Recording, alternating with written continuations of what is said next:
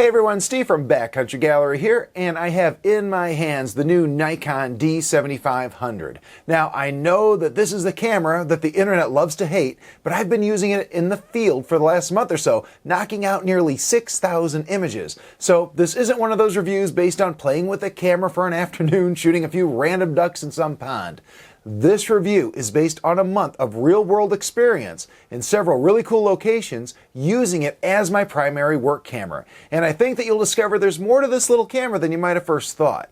As a nature photographer, I tend to use my DX cameras for wildlife, and that's what you'll see in this review. Now, I think the camera would also do well for things like landscapes and portraits and cityscapes and, pretty much any general photography subject you can think of, but for this review, I used it for wildlife.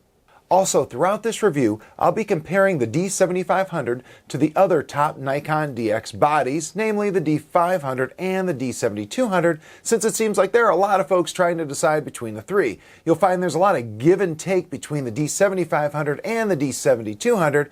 The trick is deciding which feature set is the most useful for you. Finally, before we start, remember that if you enjoy this video, please share it with others. I really would appreciate it. So, let's go take a look. Design and layout. First, let's take a look at the new design. It's very similar to previous D7000 series bodies, although there are some notable changes. First is weight. It's a touch lighter than the D7200 since it's now completely constructed with a carbon fiber composite material with no magnesium plates. However, not to worry, this camera still feels just as rugged as the D7200. It also has improved weather sealing over the D7200, but I can't say for sure if it's at the same level as the D500. It's also lighter than the D500, but only by about 120 grams. From a size standpoint, it's roughly the same size and dimensions as the D7200, but noticeably smaller than the D500, which can be an advantage if you want to travel small and light. Of course, one of the first differences you'll notice is the new tilting touchscreen, a first for any D7000 series camera. This is one of my favorite new features, and I think it's the best implementation of the Nikon tilting touchscreen to date. First, the tilting. As you can see, it tilts out a little further than the D500, and I find using it in the field a little bit nicer. However, at the same time, I'm convinced that the tilt screen on the D500 is a bit more rugged. Not that this one is flimsy or anything, just that the D500 screen is built even better. Now, as for the touchscreen itself, it's less than half the resolution of the D500's, and at 922,000 dots, it's also lower res than the D7200's LCD screen by about 300,000 dots. That said, while I can tell a difference between the LCD panels of the D7500 and the D500, it was next to impossible to see the difference between the D7200 and the D7500 screens in the real world. Like the D500, you can swipe through your images, pinch and zoom, or even double tap to zoom in. However, it also takes it up a notch beyond the D500 by allowing you to use the touch screen for your menus as well, and I have to say, I'm really enjoying that option. I was actually able to put the touchscreen to use a few times shooting prairie dogs in Wind Cave National Park. I had live view set up for tap to focus, and I would simply tap the little guy's head and fire away on continuous high. Makes those low to the ground shots much easier and is a welcome addition to the D7000 series. Next, we have the grip. It's deeper than the D7200, and in my opinion, it feels better. However, I've also seen some reports from people whose hands don't seem to enjoy the new grip, so much so they ended up sending the camera back. The common complaint seems to be that the middle finger is too close to the FN1 button. Personally, I like the positioning, and I have not found it to be an issue at all. Let's talk about that new FN1 button for just a moment. This has replaced the PV button, and when I first saw it, I figured Nikon had simply changed the label since the PV button was often reassigned to duties other than depth of field preview. Imagine my surprise when I went to check out the options and discovered that the preview option was totally gone. That's right, there is no depth of field preview option available on this camera. Of course, you can switch to live view and see the actual depth of field as you switch f-stops or simply pop off a shot and examine it, but for some users, this will be a disappointment. That said, there are a few extra options in the menu that the Nikon D7200 didn't have. You can access these options under the new style Custom Controls Assignment option under the Custom Settings menu. Like the D5 and D500, you'll see a couple of columns. The left side is for what a button does when you press it. The right is for a press and a dial turn. At any rate, it looks like Nikon took away the preview option, but they added the AE lock reset on release option and the modeling flash option.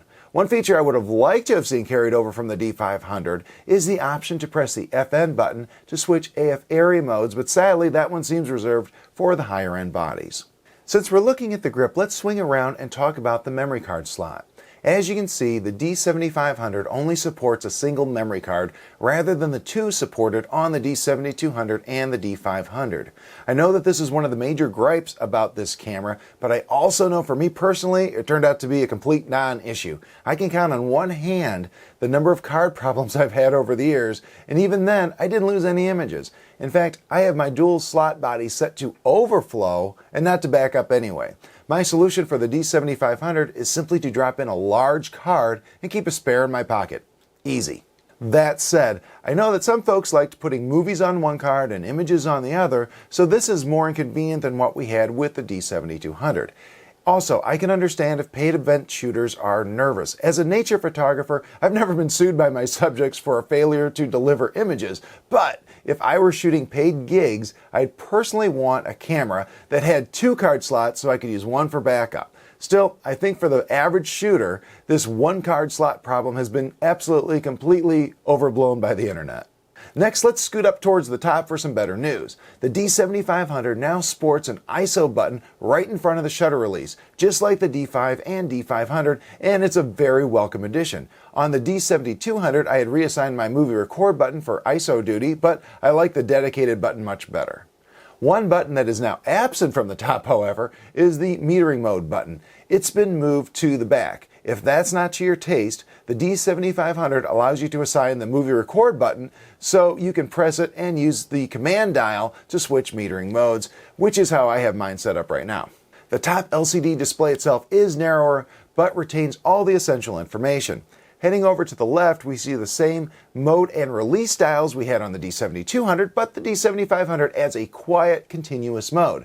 As with other quiet modes, I'm not sure it's much quieter than normal mode or just slower. Here's a comparison between single shot and quiet.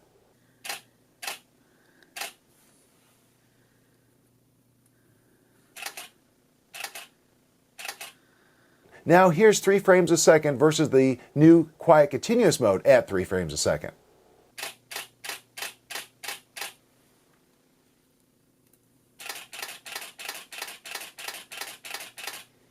Like I say, maybe a touch better, but not night and day in my opinion. Next we have the viewfinder. The D7500 has a 100% coverage optical viewfinder, as do the D500 and D7200. Magnification on the D7500 is the same as what we had with the D7200 at 0.94x magnification. Of course, the D500 has 1.x magnification, so the viewfinder area appears larger in that camera. Also, if you look just above the viewfinder, you'll see there's a new sensor there. This is so the camera can tell when your eye is to the viewfinder. The D7500's rear LCD panel likes to turn on whenever the meter is active and you don't have a half press on the shutter release. As you move your eye to the viewfinder, it will shut off thanks to this little sensor. Personally, I don't like the LCD screen on constantly like that, so I just turn it completely off. To turn it off, head to the Setup menu, Auto Info Display, and select off. Note that if there's not a memory card in the camera, it will still turn on regardless of how you have it set, so, I don't know, don't ask me why. Of course, we also have the pop-up flash as we did with the D7200. Press the button to pop it up, and hold the button and spin the sub-command dial to do exposure compensation, or spin the main command dial to change flash modes. By the way, if you don't want the flash popping up on accident, just press and hold the flash button, spin the command dial on the back of the camera, and set to disable. When you put the flash back down, you'll find it will no longer pop up when the button is depressed. I find this is a really handy way to keep it from popping up in my camera bag. Also, looking at the top, we can see Nikon went with different lugs for the strap. This seems to be a point of irritation among D7500 shooters, especially with heavier lenses mounted to the front, since the camera likes to kind of droop over. However, since I never use a strap, I actually like these more stationary lugs much better than what I had on the D7200. On the side of the camera, you can see we now only have 2 covers on the D7500, where the D500 and D7200 had 3. Now let's flip the camera over and look at the bottom. As you can see, the D7500 is missing the row of contacts for a vertical grip, and that's because there is no option for a vertical grip on this camera. Personally, I think this is a huge mistake. There are a lot of photographers who enjoy using a vertical grip, and I'm often one of them, both for the extra battery life and the better ergonomics. Plus, at the prices Nikon charges for these grips, they have to be making some good money on them, so I'm not sure why it was omitted, but if you want a vertical grip, you'll want a D7200 or a D500. The other area of concern is the lack of support for older lenses. If you're trying to use legacy glass on this camera, you're in for a disappointment. Unlike the D7200 and the D500, this body does not have the AI indexing tab, so it can't meter with old lenses, nor is there any provision or workaround in the menus that you can resort to. However, you can flip the camera into live view and sort of make it work. Just turn on live view with your legacy glass mounted. Now, press the I button and scroll to the option for exposure preview. Click that and make sure it's turned on. Once it is, press the I button again. Now, as you adjust your f-stop, shutter speed, or ISO, you can see the image lighten or darken on the LCD. You know, it's not perfect, but it is a workaround for some folks. On the flip side, though, the D7500 offers full support for Nikon's new AFP lenses, whereas the D7200 does not. Focus system. This camera continues to use Nikon's 51-point AF system rather than the more sophisticated 153-point system found in the D500. Still, in real-world usage, I find the AF is every bit as effective as my D810 and D750, and in fact, it actually seems on par with my old D4. It adds Group AF to the mix as well, which puts it a solid notch above the D7200 in my opinion. I find that I use Group AF quite a bit for flying birds, and well, I can use dynamic as well. I find that for certain subjects, Group AF just works better for me. As for performance, I used the D7500 in a variety of situations and found that it performed very well, but still not at the level of the D500. If you need the ultimate in AF performance, that's still the camera to get. However, the D7500 can certainly hold its own. For example, I came across a group of swallows near some birdhouses that were erected in Custer State Park. If you've ever tried to photograph swallows, you know that they are one of the toughest wildlife subjects you can pursue. This group was no exception, and I certainly had my share of misses. I experimented with just about every AF mode, but in the end, Group AF was able to put more keepers on my cards than the rest, and it wouldn't have even been an option had I been using a D7200. The biggest problem I found with the swallows was the AF system struggled to get and keep a lock on the subject, frequently losing it or simply unable to get a lock even with the bird squarely in the AF area. It's just tough for the system to focus on rapidly moving birds with rapidly moving wings, and again, I wouldn't expect anything better from the D810 or the D750. I did try the 153-point AF system of the D5 and D500 just to see how much better it was, and yep, it's better, and my keeper rate was definitely higher.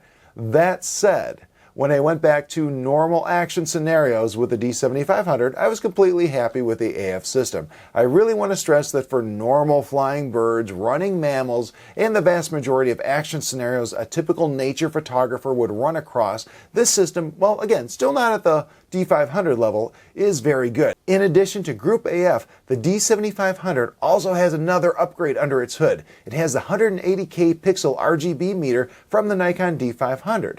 This works for both metering and AF scene recognition. This means things like 3D AF and Auto AF are going to be far better than what we had in the D7200 and previous cameras. In fact, the D7200 was still using the 2016 pixel RGB meter from the old D7000, so this is a heck of an upgrade. I can attest that the D7500 works far better in 3D AF mode than the D7200 did and is way better at staying on the subject, not to mention noticeably quicker. 3D mode is still a tricky proposition for wildlife work, but for many other applications, this upgrade makes it a very viable and useful AF mode, and you should definitely give it a try. It can also now do face detection through the Viewfinder in Auto or Group AF mode, again, thanks to the improved 180K RGB sensor. The D7500 also adds another new feature borrowed from the D5 and D500, and that is Auto AF Fine Tune. Now, initially, I wasn't a fan of this system when it came out in the D500, but I've since discovered a method that makes it work pretty well.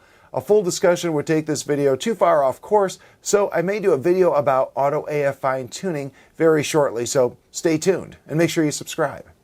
By the way, I've also updated my Secrets to the Nikon Autofocus System ebook, and it now includes everything you need to know about the AF system in this camera, and that includes detailed descriptions of all the various modes, the live view options, AF areas, and how to get the most from the Auto AF Fine-Tune feature we just mentioned. I'll stick a link to the book in the card above. Performance. Now this is where the D7500 really pulls ahead of the D7200 and comes closer to the D500. First, the frame rate has jumped from 6 frames a second with the D7200 to 8 frames a second on the D7500. Sure, it's not the blazing 10 frames a second we get with the D500, but it's still very respectable, and I seldom found myself wanting more.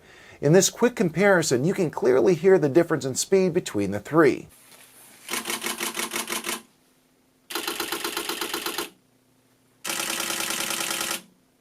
Now, I know a lot of viewers believe that 2 frames a second over the D7200 isn't a big deal, but I want you to think of it this way. For every second of shooting you do, you get 2 extra opportunities for that perfect expression, perfect wing beat, or perfect pose. In just 10 seconds of shooting, you have an extra 20 shots, and I'm pretty sure you're going to find one in there you'll be glad you had. To go along with the extra frames per second is a buffer that's nearly 3 times as large as the one on the D7200.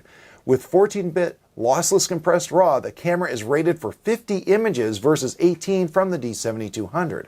Well, this doesn't come close to the D500's 200 frame buffer. It's still easily enough for most purposes, and in order to hit the buffer, you would have to shoot for 6 consecutive seconds. And that's an eternity for an action sequence.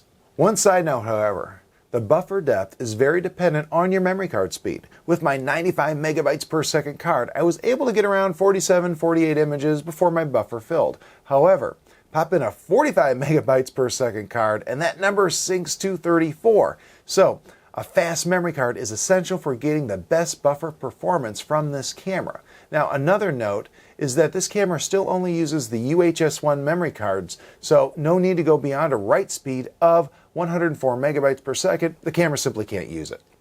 The metering in this body has also been upgraded over the D7200 thanks to the 180K pixel RGB meter we mentioned earlier. I find it meters with the same accuracy as the D500, which does seem a cut above the normal stock of Nikon cameras. In addition, the D7500 now includes highlight weighted metering like the D810, D5, and D500. I found this mode superior to standard matrix metering in tricky situations where I have a light subject against a dark background. In fact, I really like it for light color birds like egrets against darker trees. It's not always perfect, especially if the light subject is small in the frame, but it tends to get it closer than standard matrix does. Even live view AF gets a bit of a speed bump and seems on par with the D500. Also, if you have the camera on continuous high in live view, you now get the full continuous frame rate. The D7200 would always drop the frame rate in live view. Of course, some enhanced performance features are also included for non-action shooters. One of my favorites is the new option for electronic front curtain shutter. You'll need to have the camera in mirror-up mode for it to work, but it can help reduce unwanted vibration when taking longer exposures, especially those in the pesky 1/4 to 1/20th of a second range. The way it works is pretty simple. Normally, when you take a photo, even with the mirror up, the camera keeps the first shutter curtain closed until you snap the photo. While the shutter curtain doesn't cause too much vibration, there is still some minor shock generated by it nonetheless. This mode moves the first shutter curtain out of the way so the sensor is exposed prior to exposure. When you snap the photo, the sensor just starts recording the image, no getting the front curtain out of the way first, and no shutter shock. Once the exposure is done, it simply closes the second curtain. Setup is simple. Just head to the custom settings menu and select shooting/display, electronic first curtain shutter, and then go ahead and turn it on. That's it. I leave this on all the time as it doesn't come into effect unless shooting with the mirror up. Finally, a word about the new battery. The camera comes with the new EN-EL15A battery, although aside from the color, everything else seems about the same. You can easily use older EN-EL15 batteries in it, and I've already done so. One gripe with the new camera has been that it gets slightly less battery life than the D7200, but that's one area where I can easily put your mind at ease. The camera is rated for just under 1,000 shots on a single battery charge, but it really depends on how you use it. I personally tend to shoot in short bursts during peak action and was able to put just over 2,000 images on a single battery charge. Plus, I was using some VR and some live view for part of that charge, so don't lose too much sleep over the battery life. Overall, I think performance is really this camera's biggest strength, and at the time this video was published, it's the third fastest body in Nikon's current DSLR lineup, coming in behind only the D5 and D500. When it comes to an affordable action camera, it's really tough to beat the D7500. Image quality. The great thing about the D7500 is that it uses the same sensor as the D500, so performance is identical between these two cameras. As for the D7200 versus the D7500, it's very close. You do get about 3 megapixel more resolution with the D7200 over the 7500, but the difference is minimal for real-world applications. Think of it this way. If you print at 240 ppi, the maximum width you can print from a D7200 is about 25 inches. Using the same output number for the D7500, you can print 23.2 inches. So you're looking at a difference of less than 2 inches for printing. Not a big deal, in my opinion. As for image quality between the D7200 and the D7500, it's virtually the same. In fact, at the ISOs I typically use, I can't really see enough difference to care. So in my mind, image quality between these three bodies is a complete wash. That said, the D7500 does expand the high ISO range over the D7200 by a stop, making a jump from 25,600 to 51,200 like the D500. Of course, I think this is more for the marketing department than any practical real-world use. A print made from a DX camera shot at ISO 51,200 looks like a kid using crayons on sandpaper. Now, dynamic range is, like the D500's, very impressive. The sensor is ISO invariant, and even when you completely underexpose an image, it's possible to bring it back. For this image, I was in Badlands National Park when I spotted this bighorn next to some flowers. Needless to say, I was all kinds of excited and immediately went to take some photos. However, I had forgotten I had dialed in -3 stops of exposure compensation from my last outing, and this was the result. I have to say, I was almost sick when I looked at the black image on the back of the LCD. However, based on my experience with the D500 sensor, I knew there was hope. Sure enough, a quick adjustment to the RAW file brought it right back with no ill effect. Finally, the D7500 also adds a new auto setting under picture control. For my limited testing, most of the time it looks remarkably like the standard setting, but it's supposed to make adjustments to the picture profile as the camera thinks is needed. Since I don't shoot JPEGs, I just keep this set to neutral most of the time. If you do try this with JPEGs, I'd say keep an eye on it. You don't want the camera permanently baking in a lot of saturation or contrast when you really didn't want it. Conclusions and recommendations. Okay, so this is the part of the video where I try to recommend a camera to you. The thing is, I really don't know what to tell you. The D7500 is in an odd position in Nikon's lineup. For general photography, the D7200 is still a solid choice at a lower price. For action, the D500 is the hands-down winner. I think a D7500 is the right choice if you want an action-oriented general-purpose camera that doesn't break the bank. I can tell you that for wildlife photography, I'd pick the D7500 over the D7200 all day long just due to the frame rate, buffer, and the addition of Group AF. However, for macros and landscapes, I'd be almost as happy with the D7200, although I would miss the electronic front curtain shutter and the tilting screen. In the end, I think the best option is to weigh the features outlined in this video against what you need the most in the field. I know that's not overly helpful as a recommendation, but the truth is, any of these cameras can deliver excellent images to your cards. It really comes down to the features that mean the most to you. Of course, there's more to great wildlife photography than just the camera. You have to have the know-how to put killer images on your cards as well, and that's where my ebooks, Secrets to Stunning Wildlife Photography and Secrets to the Nikon Autofocus System come in. The wildlife ebook is 290 pages worth of tips, tricks, and techniques to help you put killer wildlife images on your memory cards. The Nikon AF guide is 460 pages, about half of which is for the Nikon AF system, and the other half is full of tips and techniques for sharper images. Check out both books at my site. I'll put a link on the card above and in the description area on YouTube. Also, be sure to head over to my site and sign up for my free email newsletter so you never miss a video or an article, and make sure you subscribe to my YouTube channel as well. Finally, if you enjoyed this video, please feel free to share it. Thanks so much for watching. Have a great day.